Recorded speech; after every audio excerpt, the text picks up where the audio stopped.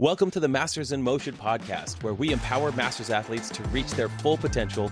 Join us as we delve into the world of CrossFit and showcase the strength, resilience, and determination of Masters athletes, because we love this sport. I'm Jason Grubb. I'm here with Rick Stevenson. Rick, how was your weekend so far? Happy Saturday to you there, Jason. Good weekend so far. I'm a little under the weather, so I apologize if I sound like I'm talking through a horn or something like that. But it's been a good weekend so far, and I have enjoyed diving headfirst into some of these quarterfinal tests, like yourself. It's the Indies quarterfinal weekend. I can't believe it's here this fast after the Open. It's exciting. It makes this season really spicy, really fun. And like you, I was excited to see the workouts on Thursday without the anxiety of knowing that I have to do the workouts, which we will do in 2 weeks. But it's fun to just jump in. Okay, here's the quarterfinal workouts. Here's a peek into what's going on in Boz's mind as the programmer for this entire thing. What's he workshopping back there? And here we get to see 5 workouts that he's been working on. Since we're on the topic, what have you picked up on out there in the podcast world? What have you listened to? What is some of the feedback that you've heard in the social media world? It has been interesting so far. I think a lot of it is going to really be echoed loudly over the next few days, few weeks. Curious to hear some of what HQ might say back as to the whys, but when these were released, and we'll get into obviously the newer movements being tested, pretty good amount of discussion around the appropriateness. Is this the right group? Who's been training what? Is it a training exercise? Is it something that should be in a online competition versus a live competition, because maybe it's easier to judge there? All I know is if he or the games staff wanted to shake things up and generate discussion, they sure did. And 100%. Specifically, the 2 movements that I think were the biggest, the new movements that were introduced: chest to wall or wall facing handstand push-ups, which we had some clues that may come in the future from the games last year where the individual athletes did them. And that was something that people had an eye on, like that could come out. And then, of course, crossover double unders were at the games last year. So crossover with a jump rope was something that we got a peek at then, and may have been predictable that we might see it at some point. But these are really the 2 kind of hot topics, in particular the crossovers, right. A brand new movement. The crossovers, I'll tell you from an individual standpoint, crossover singles were tested at Fitness Collective this fall. I was there on a team, and we didn't have those. But to watch everybody in the warm-up area, tripping and crossing over, and they were using the ropes that were provided to them by, or if you brought your specific one from RX Smart Gear that had the Frevo rope, that they were sponsored the competition. There were a number of Masters athletes already that had been exposed to them. So combining with what you said about the games, and then now to a Masters competition, there's some flashing red lights out there for everybody, all of us included. Hey, could be coming. Yeah, and for me, I sit back and I smile, because we think about CrossFit as being the idea of being prepared for the known and the unknowable. And this is something that is, I think, okay, my opinion, and I'm going to lay it out there, that I like when we get to learn new things. I like when we are exposed to interesting stimulus in workouts. And I know that for me, when I saw crossover single unders released, I remember thinking these are just single unders. It's only 40 hops. This shouldn't be that hard. And we'll talk about the individual workouts and how they might relate to Masters, having tested them, all of that in just a few minutes. But having this new movement and thinking it was going to be not that big of a deal turned out to be a really challenging modality in a workout that also had some other interesting things in it. But for me, it was totally unknowable. I couldn't predict how I was going to feel, how hard they would be, what it would do to my heart rate. And I love that kind of situation. I love it when they test us at the games with things that we haven't really been able to practice, haven't really been able to do. But I do understand the question about when should we introduce new things? And should we introduce new things in the open for the global population?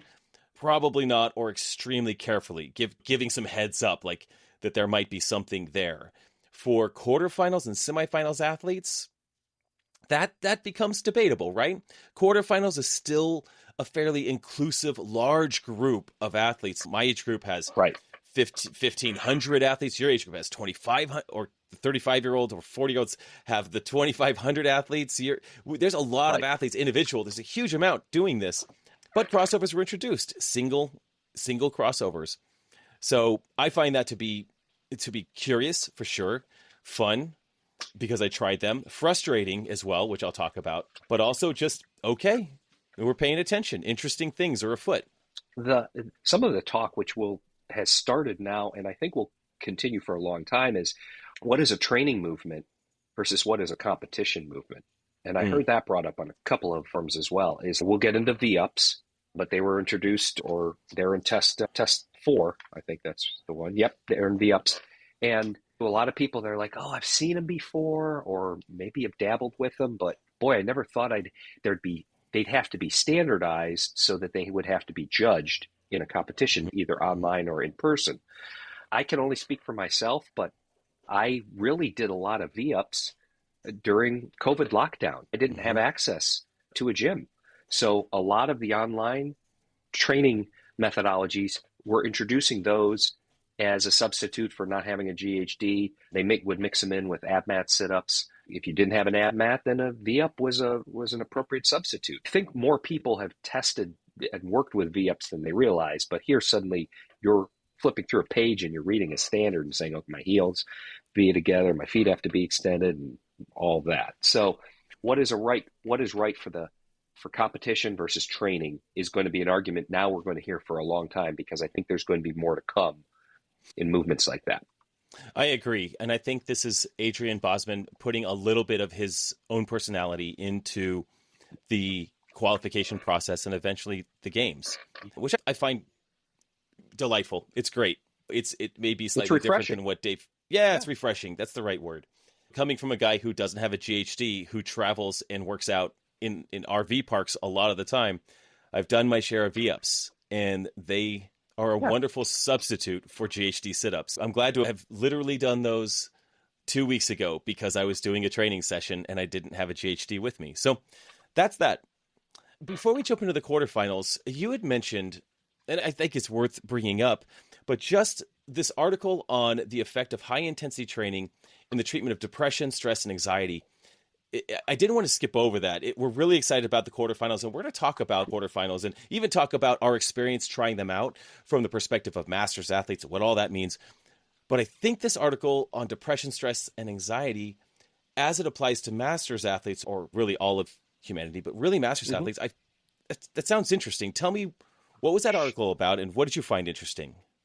Yeah, I think it maybe hits home for a lot more people than we realize, just because the spotlight that's been shown more on mental health, certainly in the last, I can say it's been on my radar a lot more in the last couple of years than maybe before. And maybe that's shame on me for not maybe paying more attention. But there was something that was published it's the British Journal of Sports Medicine. That was a lot of research. I just read the article, certainly didn't get into the research, but they made the point where, with the research that they did, that specifically this high intensity training that we are all accustomed to, they said was like 1.5 times more useful at treating things like mild depression or moderate depression and dealing with stress and anxiety than just traditional medication or other types of therapy.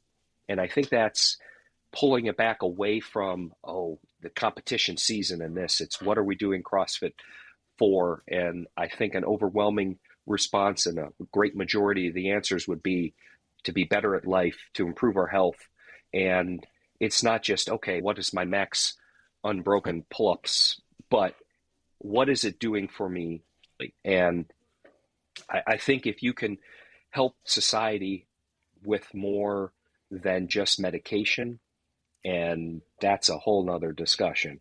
Studies like this is not certainly the first study that's been out. It just happened to be the most recent one that they highlighted. I think it's important for us to realize the benefits of what we're actually doing and not looking at it just from a competition standpoint, but from the overall betterment of your health and wellness, which is the CrossFit methodology and why it's so important and why we're all here to begin with. So great one to see spotlighted. And I would love to continue to see that there are more out there that promote that and then get more people realizing that there's other ways instead of just going to medication. And I don't know if you knew this, but I was a therapist in my life, my late 20s. And there was a lot of doctors would lean into medication and then refer them to me for therapy. And I wasn't a great therapist, guys. So that's why I'm not a therapist anymore. But it was just so prevalent at the time. And the subjective experience that I have with high intensity training, this hits home so much. I run high on anxiety, high on stress. My RPMs run pretty high.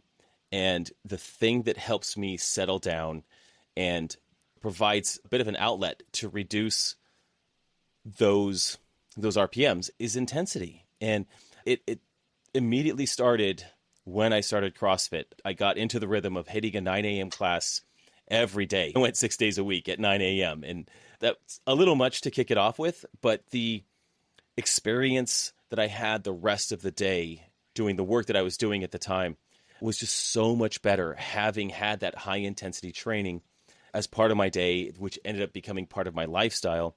And now it's a huge part of my world. But I was working out with some Masters athletes today that traveled up from Birmingham to 231 CrossFit, where I've been training the past couple of weeks here. And they joined me, and we were all just laughing at the idea of some of them gave up a March Madness Alabama college basketball game to come and train, because that's what we do. We're all addicted. We're all addicts. So there's that. We're all addicts, and we are able to channel the addictions that we have into something that actually makes us better human beings, stronger, fitter, healthier. And then ideally that translates into a better life, obviously. But this couldn't hit home more than any other type of study or article for me, because this is exactly what CrossFit has done for me. And I plan on doing this. People ask me all the time, are you going to do this? How long are you going to do this? Forever. I don't know. Why wouldn't I? How would I not? What would I do instead? It doesn't have to just be at the competitive level, because the competitive level is on all accounts, whether it's the individuals or age groups, that's the tip of the spear.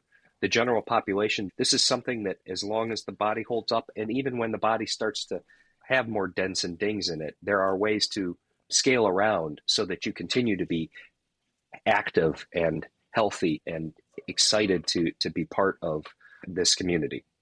100%. I see myself in my late 60s, early 70s, going to the CrossFit gym, joining class, and maybe much sooner than that. I don't know why I just fast forward like 25 years in my head, but I just don't see myself not being a part of a community that does hard things. I love it. I love that. Yeah. And it's something where you can travel and you speak the same language as dropping into any affiliate around the country and certainly the world too. And you don't always get that with other hobbies or the ways to spend your time than you have with this. So it's really wonderful that we're able to do this. And if it helps people, that's even better. Even better. The individual quarterfinals, they don't mean anything with regards to qualifications for us. I had a number of text messages this weekend with people wishing me well during quarterfinals. I was like, thank you. But my quarterfinals is technically 2 weeks away. But I did find, and I always find, that when the individual quarterfinals are released, I want to try them out. I want to have them be a bit of a mock quarterfinals weekend for me. And I know we talked about this last week on the podcast here. Like, if this is a mock quarterfinals, we're going to record or practice recording. We're going to practice the workouts. We're going to practice strategy and which workouts to do first. And we're also going to get some clues and hints about our particular quarterfinals, the age group quarterfinals, which is, again, 2 weekends from now. And I think we get to see some things here that we can take notes on. I know that you completed a number of the workouts. I completed all the workouts. And so we're going to talk about each one of the workouts because it's fun to talk about them, obviously. But one of the things I did notice, all the workouts were released at once. So I anticipate for Masters athletes, all the workouts will be released at one time. And then there will be an order that you need to submit those workouts. For example, the individuals had workouts 1 and 2 due on Friday, 3 and 4 due on Saturday, 5 due on Sunday. Our due dates are only 2 due dates, so that means that we may have maybe 4 tests, maybe not 5. Who knows?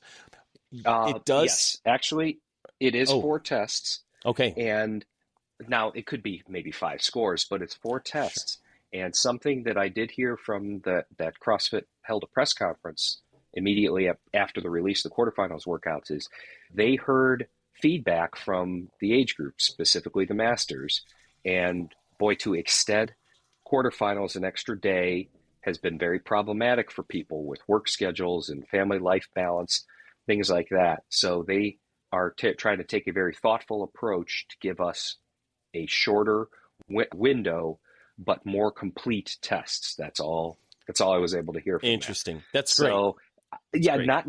I think semifinals is different, but then that's a much, much smaller pool of people. So I think they were trying to be nice, help us play nice. But if you're serious about this and your work schedules allow it, you're making plans already to take a day off or half a day off or figure out where the kids are going to be, things like that, because this is your sport, your time. So I'd love to see extra tests, but young folks got 5. I think we're getting 4. This is our March Madness, literally, quite literally, our playoffs. Yes, it is. The workouts. Rick, workout number 1, front squats, handstand walk, front squats, ring muscle ups, front squats, chest to wall, handstand push-ups. For me, I know that the order I did this workout second.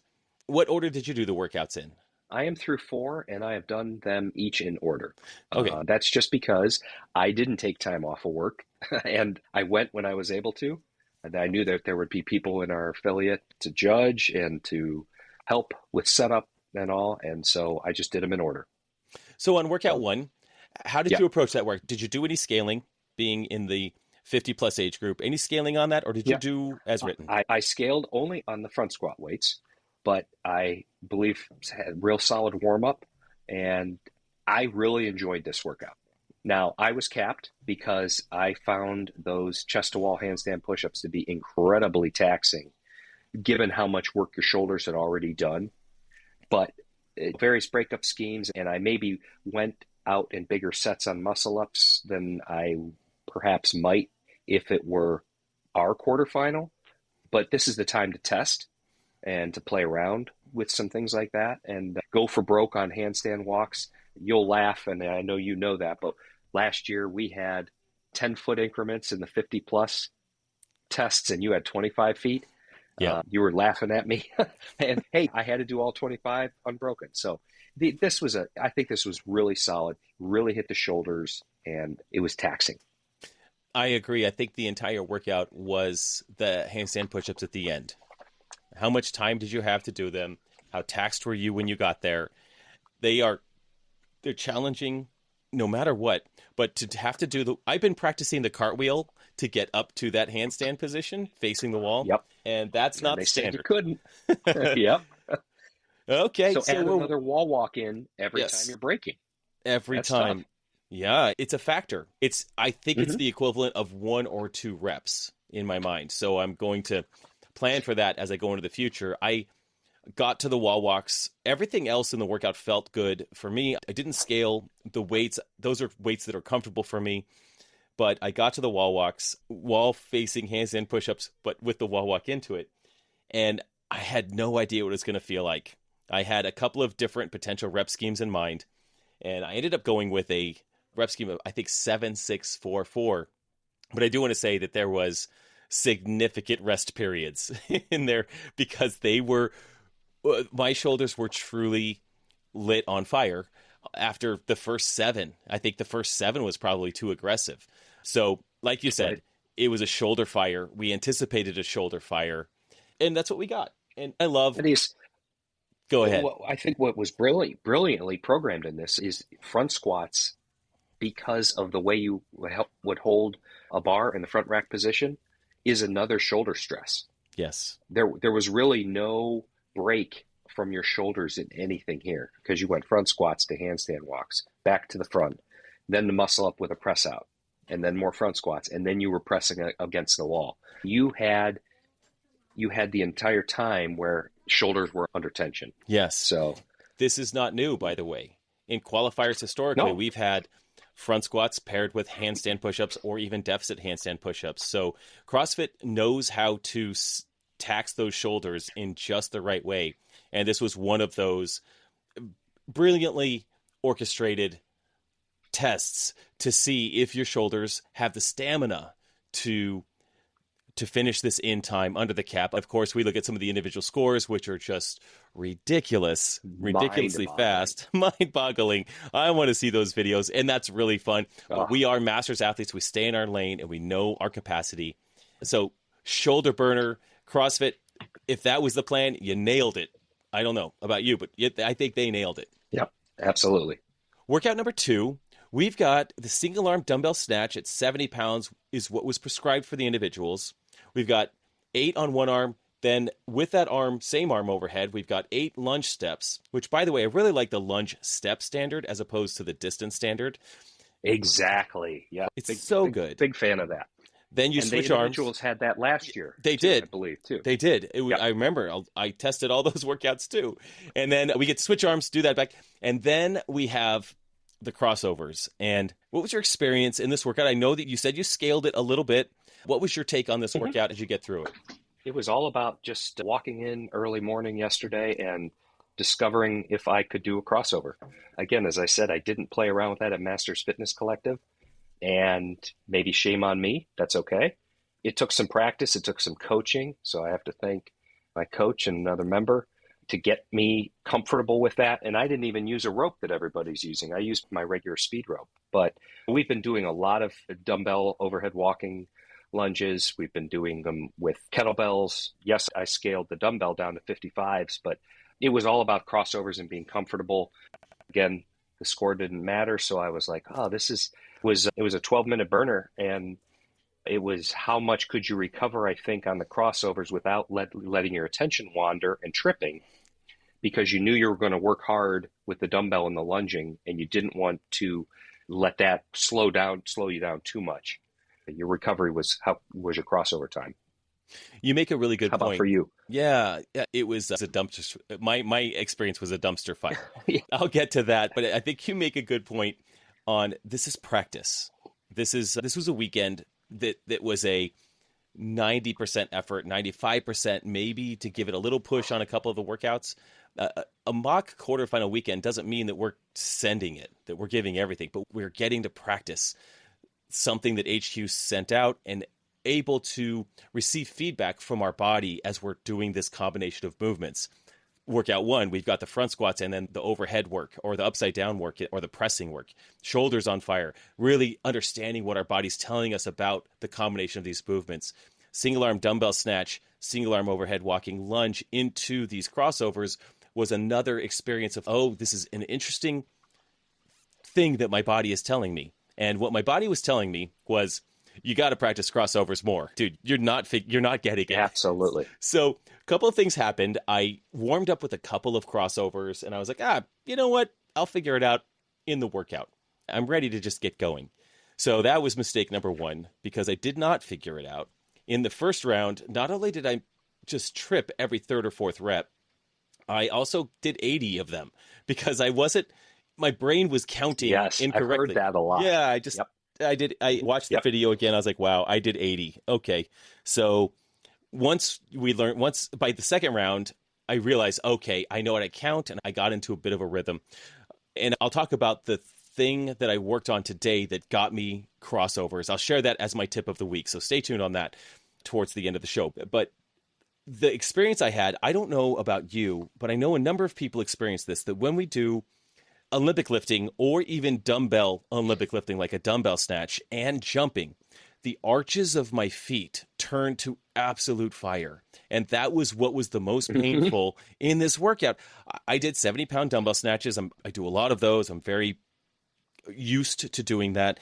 The walking lunge was the break. That was the easiest part of the workout, was this overhead walking lunge. It was where I caught my breath. Shoulder is just locked out, totally fine.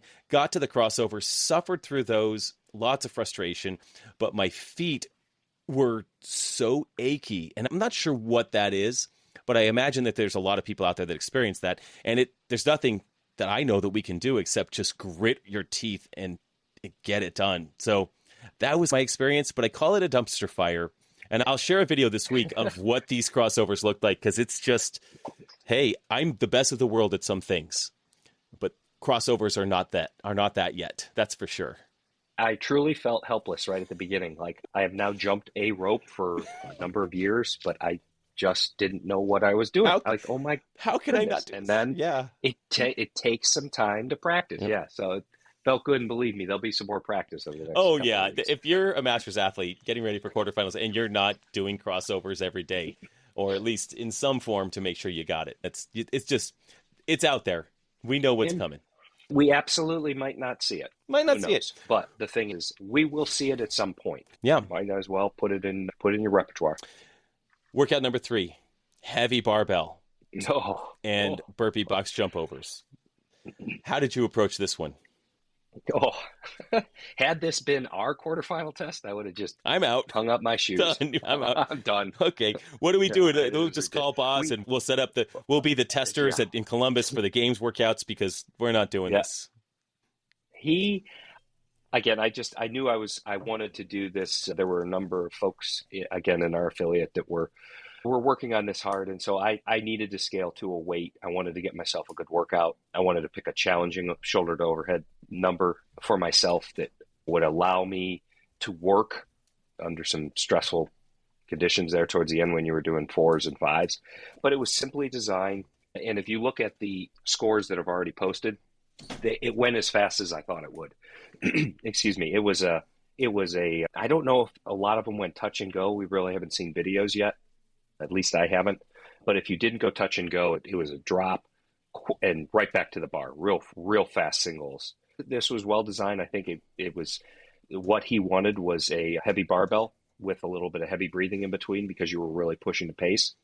But 275 for the men and 185 for the women, that's a beefy barbell for both men and women. It really is. I did this workout with a group of guys today, and we were all scaling appropriately.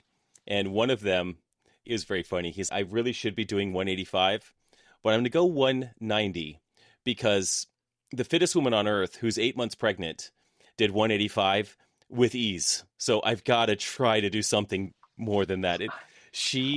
I love that. It was great. And I watched Tia do it. What she's doing is truly remarkable. It's amazing. But I scaled this to a weight that I felt like I was trying to find that weight where I've got to think about a power clean. It's not a given. It takes a lot of concentration. It's a tough jerk. But I didn't get the stimulus of the scores that are in that 3 to 4 minute mark. I was not even near that. Oh, heavens. So no. I need 185 pounds, maybe 205, 215, maybe, to have that speed to it. For my experience, today's effort on that was 5 burpee box jump overs at a moderate pace. And then the heavy lifting was where my heart rate spiked. And then I went back to the burpee box jump overs and the heart rate calmed down. It was the rest period in between these lifts. And so I probably went a little bit too heavy on these. At the same time, again, like we've talked about, this is practice. This is a way for us to test ourselves, to see what our body is telling us about the experience of burpee box jump overs at 30 inches plus clean and jerks, ideally power clean and jerks. And Correct. Whatever comes our direction. You wanted to power clean if you could. Yeah. Oh, yeah.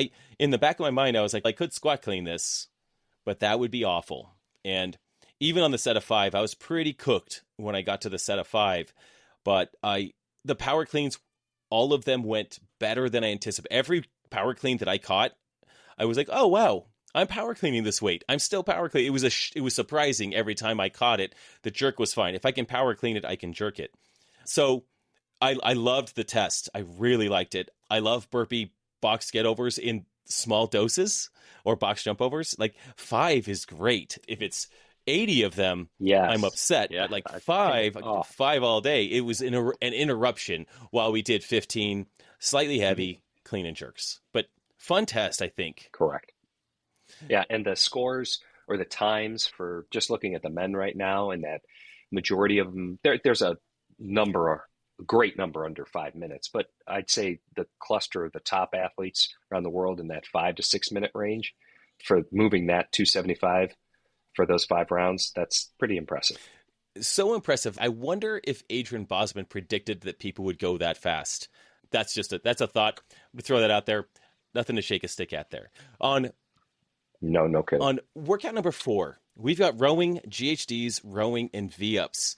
I thought that this was just such an interesting workout, so core-driven, consistent with workouts we've seen in the past, with the sense, I remember in the past we've had some GHDs with some rope climbs, and GHDs and rope climbs really tax the core in very challenging situations. And so this was just the core workout of core workouts. Row, GHD, row, V-ups. You can't hit the core more than this, I don't think. And I know that I went out onto this thing hoping to get through 2 rounds and just get back to the row and see what happens. And I think that's where the individual athletes, they were all trying to get back to the row and get just huge numbers there. I just wanted to log some meters if I could. I was really excited actually when I got through 2 rounds.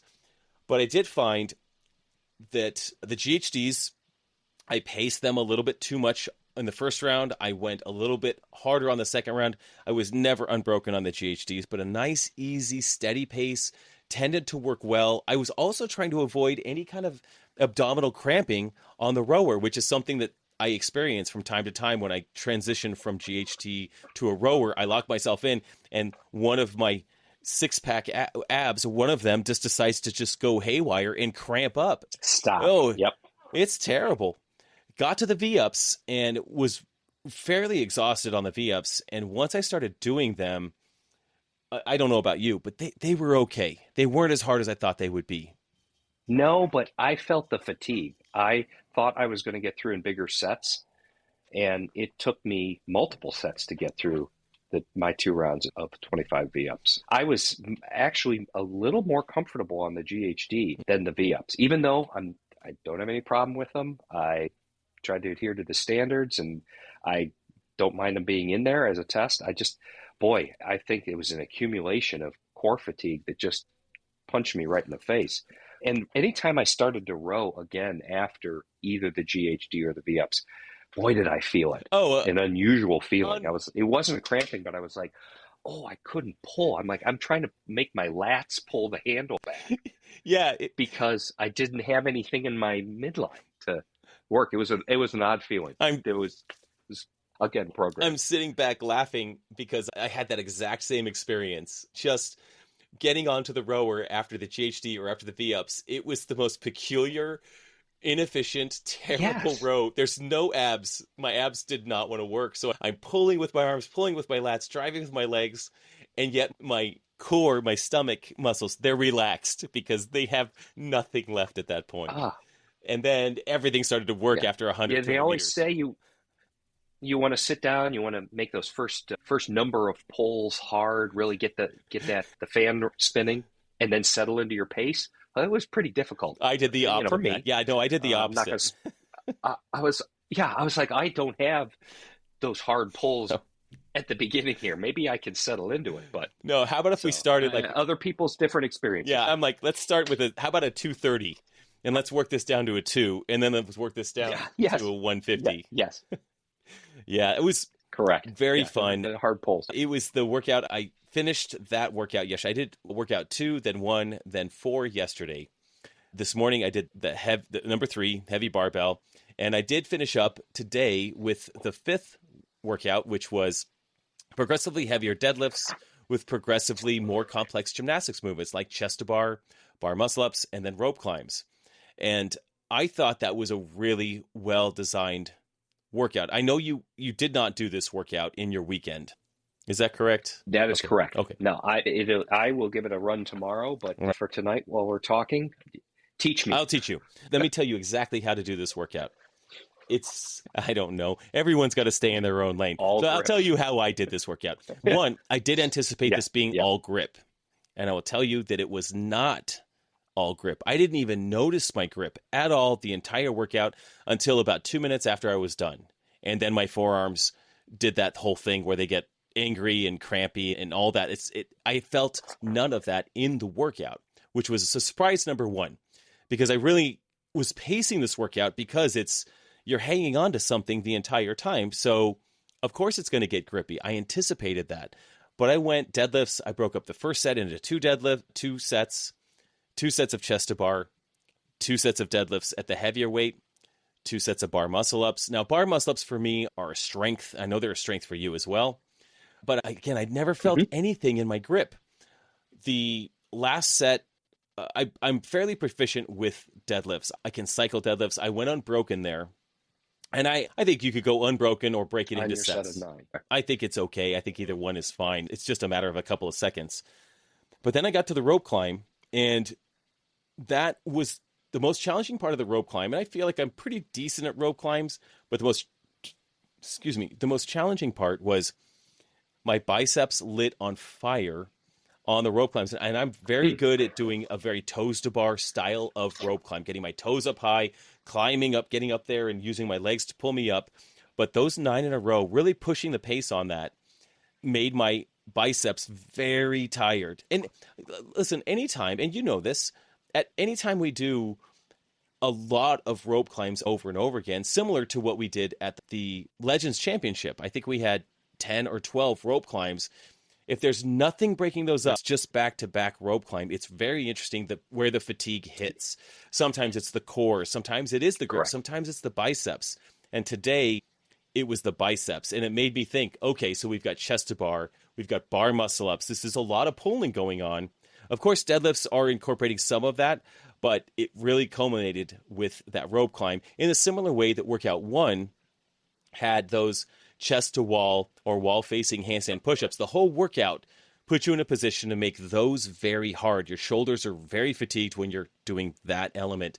That's what this workout was like. You're doing the deadlifts, chest to bar, deadlifts, bar muscle ups, deadlifts, so that the rope climbs are some of the most challenging rope climbs you've ever done. Difficult. Yeah. That's the part of the workout. I love the scheme. I love the 21-15-9 here, but you had 9-15-21 the first workout too. I elegantly laid out, but the devil is in the details for either the wall facing handstand push-ups or the rope climbs. Yes. 2 for numbers, 21 and 9, but I'm sure. Yeah. Yes, I'll be letting you know how. I can't wait to hear about that. I can't wait to hear it. It was very elegant, in the words of Pat Sherwood. These were, if you start off with the 21, the 9-15-21, finish with a 21-15-9.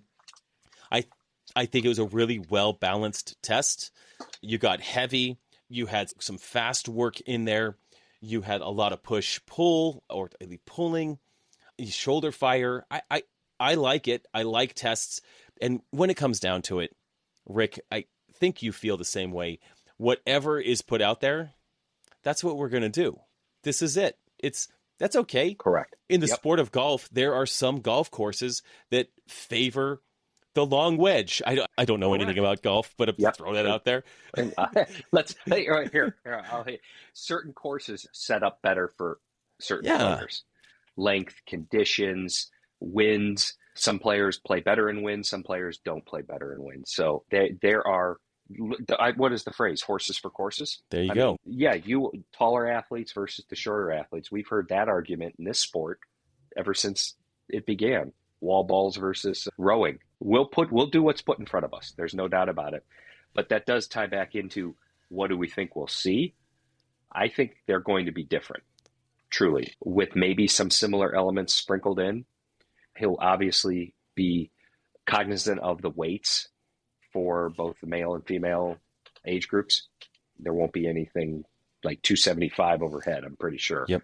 But I think our workouts will be pretty different. How about you? Great question. I want to say that there's going to be some consistency. So I'm going to take it the opposite, just for the sake of it.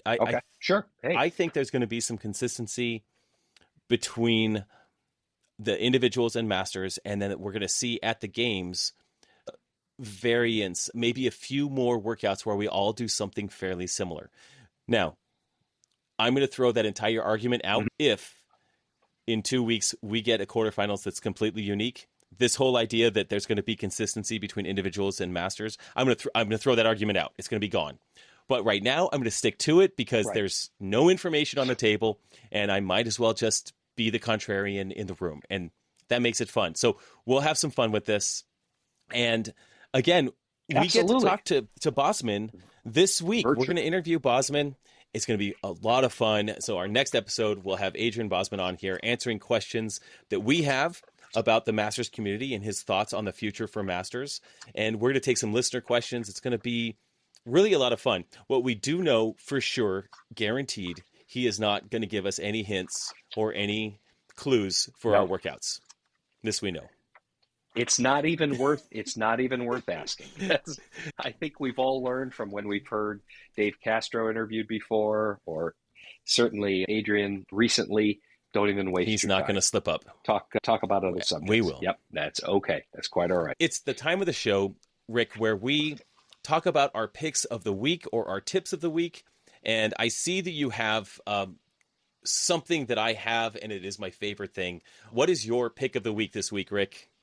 Excellent. Well, all right. This comes from certainly my training partner, Mike, who you know you've actually trained with when you've been here. The Reebok Nano X2s are on sale, and I think it's a very good deal, and I'll explain. No infomercial here, but the X3s were released not long ago. They always do that. They've got to clear out the older model, and he pointed out how easily, just about half off, you can get them for on Amazon. It has X2s, men's and women's, different colors and styles like that, but anywhere between $75 and $79 there.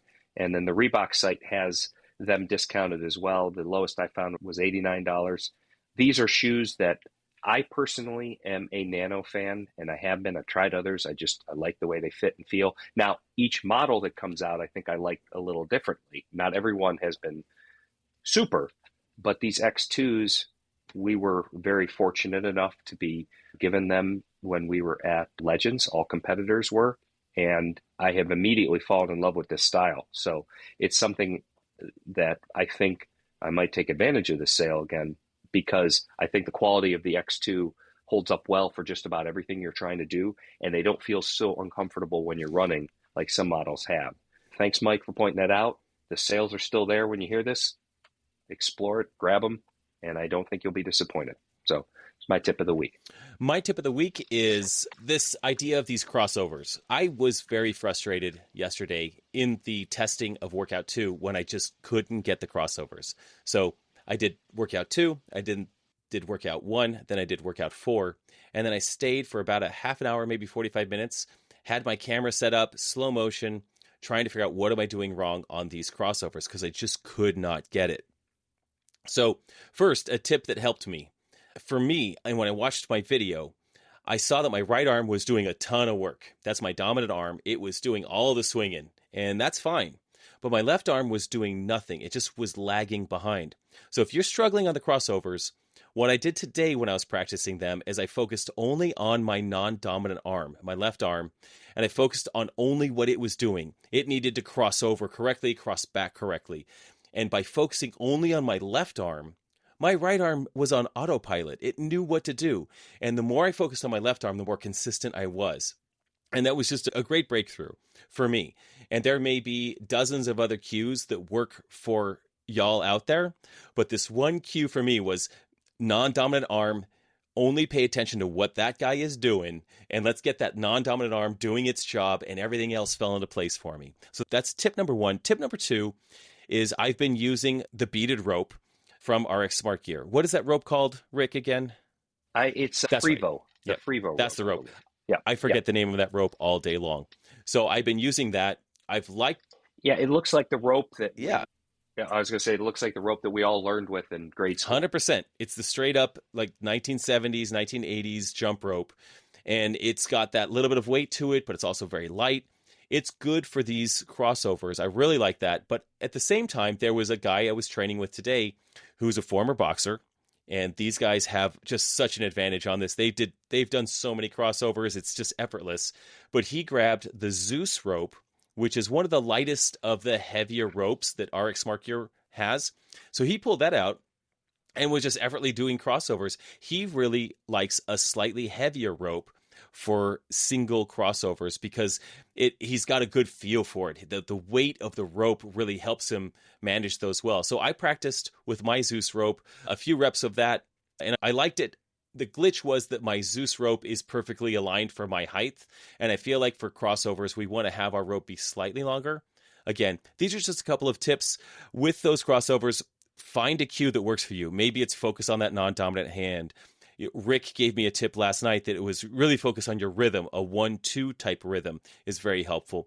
Play around with different ropes. For some people, the speed rope may be just fine. For others, the beaded rope or the Zeus rope may make sense. Or there's dozens of rope companies out there.